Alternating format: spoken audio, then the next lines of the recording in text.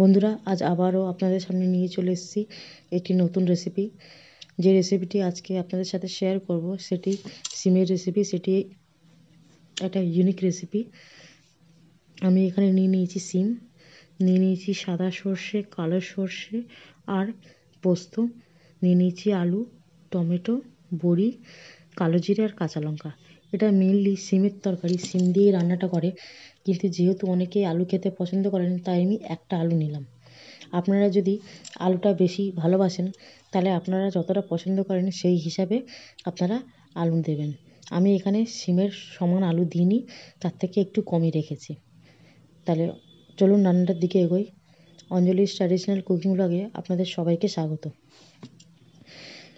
এখানে আমি সিমগুলো নিয়ে নিয়েছি। সিমগুলো নিয়ে খুব সুন্দর করে ধুয়ে নিয়েছি, আর প্রত্যেকটা সিমকে আমি ভালো করে আলোর সামনে ধরে চেক করে নিয়েছি যে সিমের মধ্যে কোনো পোকামাকড় আছে কি না। কারণ এই রেসিপিটা যেটা আজকে শেয়ার করছি সেটা কিন্তু সিম কোনো রকমভাবে গোটা কাটা হবে না, এটা গোটাই রান্না হবে। তাই আমাকে খুব ভালো করে এটা দেখে নিতে হয়েছে আলোর সামনে ধরে যে সিমে কোনো রকম পোকা আছে কি না। অবশ্যই আপনারা খুব সুন্দর করে সিমটাকে ভালো করে ধরে দেখে নেবেন আলোর সামনে ধরে, যাতে সিমে কোনো পোকা না থাকে। আমি সিমের প্রত্যেকটা সিমকে এরকম আঁচটা খুব হালকা হাতে ছাড়াচ্ছি, খুব বেশি করে আঁচটা ছাড়াচ্ছি না। কারণ আপনারা জানেন সিমটা একটু সেদ্ধ হলেই সিমটা নাহলে বেশি আঁচ ছাড়ালে সিমটা একদম দুভাগে টুকরো হয়ে যাবে। আর এই রেসিপিটা দুভাগে টুকরো হলে চলবে না। এই রেসিপিতে যে রেসিপিটা আজকে করব সেটাই সিমটা কিন্তু গোটা গোটা থাকবে। আমি একইভাবে পুরো সিমটা ছাড়িয়ে নিয়েছি। আমি এখানে এই রেসিপিটির জন্য একটু বড় সিম লাগবে, মোটা মোটা সিম লাগবে, তাই আমি সেই সিমই নিয়েছি। সেই সিমে রান্নাটা ভালো হয়। এবার আমি একই রকমভাবে সিমের মতন করে আলুগুলো কেটে নেব। খুব মোটা মোটা করে কাটবো না, তা না হলে আলু সেদ্ধ হবে না। এমনিতেও নতুন আলু আপনারা জানেন সেদ্ধ হতে চায় না, তাই আমি খুব পাতলা করে আলুগুলোকে কেটে নেব যাতে সহজেই সেদ্ধ হয়ে যায়। আমি এখানে অল্প আলু নিয়েছি, সিম যতটা নিয়েছি, এখানে 400 গ্রাম সিম হলে আমি 100-120 গ্রামের মতন আলু নিয়েছি। আপনারা যদি আলু বেশি পছন্দ করেন তাহলে সেই তুলনায় আপনারা আলু দেবেন। এটা যেহেতু সিমের একটা রেসিপি তাই আমি আলুটাকে কম নেওয়ার চেষ্টা করেছি। আমি আলুগুলোকে কেটে নেব, আর প্রত্যেকটা আলু ইকুয়ালি কাটবো। কোনোটা সরু বেশি, কোনোটা মোটা বেশি, এরকম করে কাটবো না। নাহলে নতুন আলু এমনিতেও দেখবেন ঠান্ডা হলে আবার শক্ত হয়ে যায়। সেই জন্য যতটা সম্ভব পাতলা করে কাটার আমি চেষ্টা করেছি। শিমগুলো আর আলুগুলো আমার কাটা হয়ে গেছে। এবার আমি সুন্দর করে সাইডে রেখে দেবো।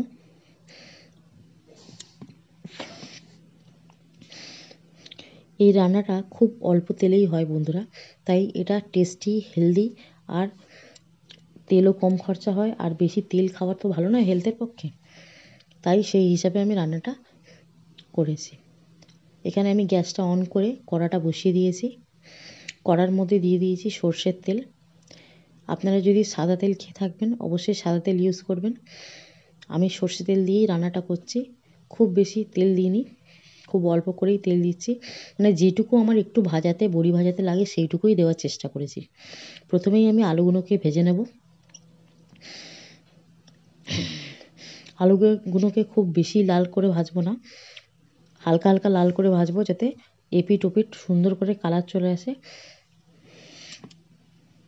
আর দিয়ে দেবো হলুদ,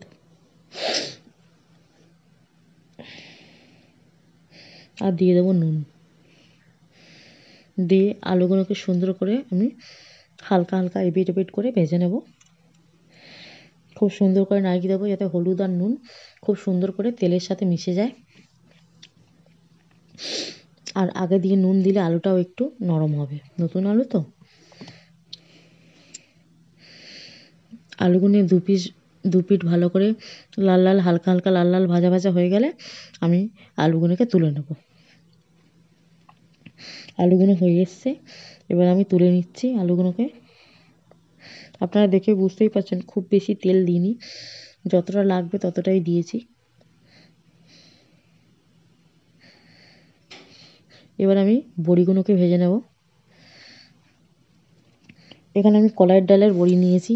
আপনারা যেই ডালের ভালোবাসেন সেই ডালের বড়ি নেবেন। এই রেসিপিতে বড়ি দিলে দারুণ লাগবে খেতে। বড়িটা সুন্দর করে আমি লাল লাল করে ভেজে নেব, যাতে খুব বেশি লাল করবেন না, নাহলে যে গ্রেভিটা হবে তার টেস্টটা কিন্তু ওই মানে বড়িটা অত্যধিক লালের জন্য নষ্ট হয়ে যাবে। হালকা লাল লাল করে ভাজা হয়ে গেছে দেখুন বড়িগুলো। এবার আমি আস্তে করে তুলে নেব। ওই আলুর একই পাত্রে আমি বড়িগুলোও ভেজে তুলে নেব।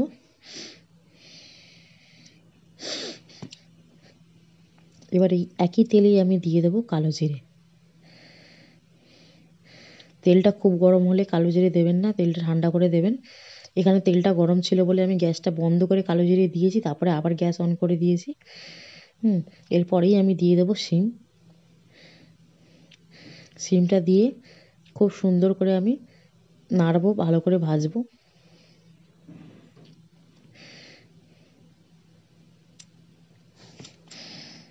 এপিট ওপিট করে শিমগুলো যাতে ভালো করে তেলের মধ্যে শিমের গায়ে তেলগুলো যাতে দুপিটেই লেগে যায়, সেইভাবে আমি খুন্তির সাহায্যে খুব সুন্দর করে শিমগুলোকে নাড়ছি।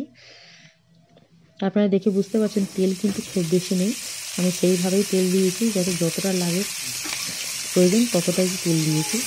এরপরেই আমি দিয়ে দেবো নুন। নুনটা দিলে শিমগুলো মজবে। একটু এপাশ ওপাশ ভালো করে নাড়িয়ে আমি শিমগুলো ঢাকা চাপা দিয়ে একটু নরম হতে দেবো, যাতে শিমগুলো সুন্দর করে নরম হয়ে যায়। এরই মধ্যে আমি 3টে টমেটো নিয়ে নিয়েছি। শিমটা এখানে বেশি আছে, সেই অনুযায়ী আমি টমেটোটা নিয়েছি। নিয়ে আমি টমেটোগুলো কেটে নেব। টমেটোগুলো একটু ছোটো ছোটোই করে কাটছি, কারণ শিমটা নরম হয়ে গেলে টমেটো বড় করে কাটলে তাহলে কিন্তু টমেটোটা গলবে না।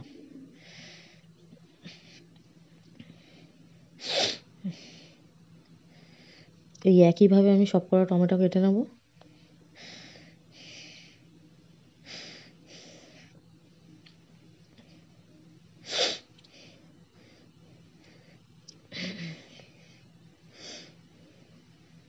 আমি এখানে খুব বেশি লাল টমেটো নিইনি, একটু হলুদ একটু লাল টমেটো মিলিয়ে নেওয়ার চেষ্টা করেছি।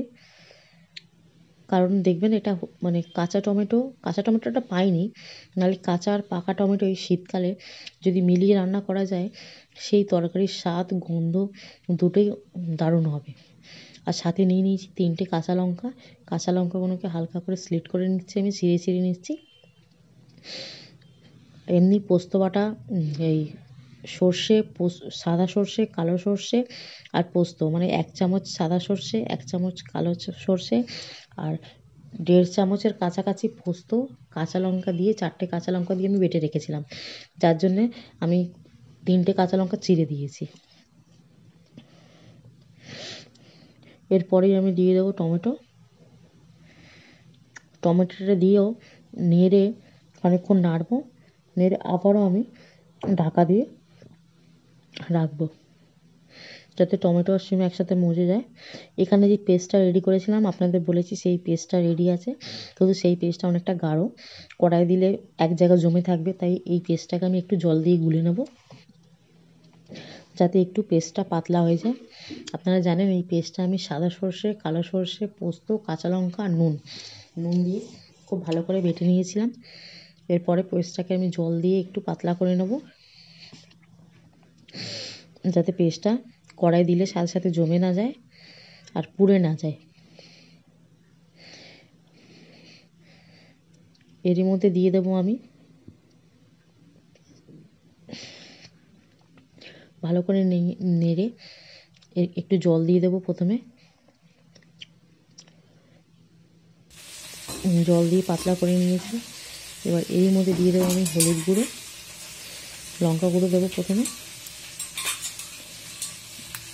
যেহেতু কাঁচা লঙ্কাটা বেটে দিয়েছি, খুব বেশি লঙ্কা দিইনি, 8 চামচ, যেই চামচটা ধরেছিলাম সেই চামচের 8 চামচের কম লঙ্কা দিয়েছি, নাহলে খুব বেশি ঝাল হয়ে যাবে।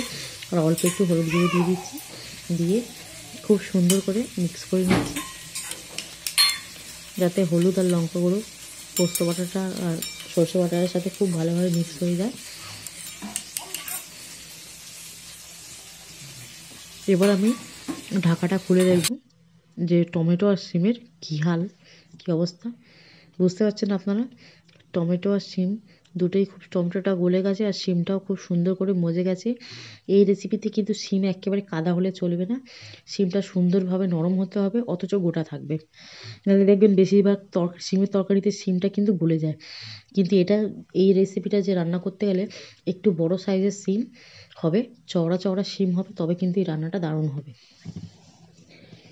এবার আমি যে পেস্টটা রেডি করেছিলাম, জল দিয়ে গুলেছিলাম, সেইটাকে ঢেলে দিলাম। বাটিটা ধোয়া জলও আমি দিয়ে দিচ্ছি, দিয়ে দেবো এর মধ্যে।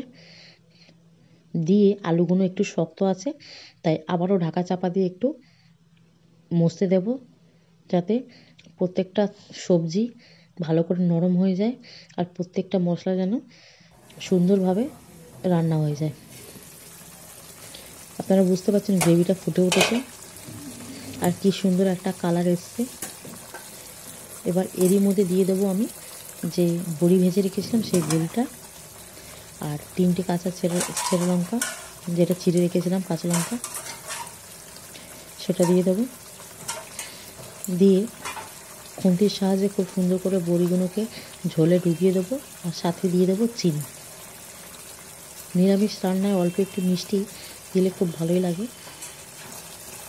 দেখবেন মিষ্টিটা দিলে কি নুন, মিষ্টি, ঝাল প্রত্যেকটা স্বাদ কিন্তু ফুটে ওঠে। বড়িগুলোকে খুন্তির সাহায্যে ডুবিয়ে ভালো করে আবারও নেড়ে আমি কিছুক্ষণ ঢাকা দিয়ে রাখবো, তারপরে এটাকে পরিবেশন করব।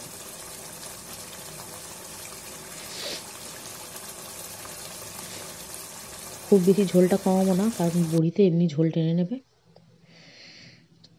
তৈরি হয়ে গেছে, রেসিপিটি তৈরি হয়ে গেছে।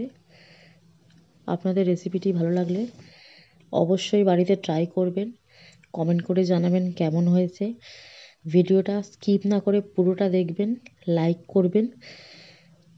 আপনারা কে কোথা থেকে দেখছেন জানাবেন, কমেন্ট করবেন।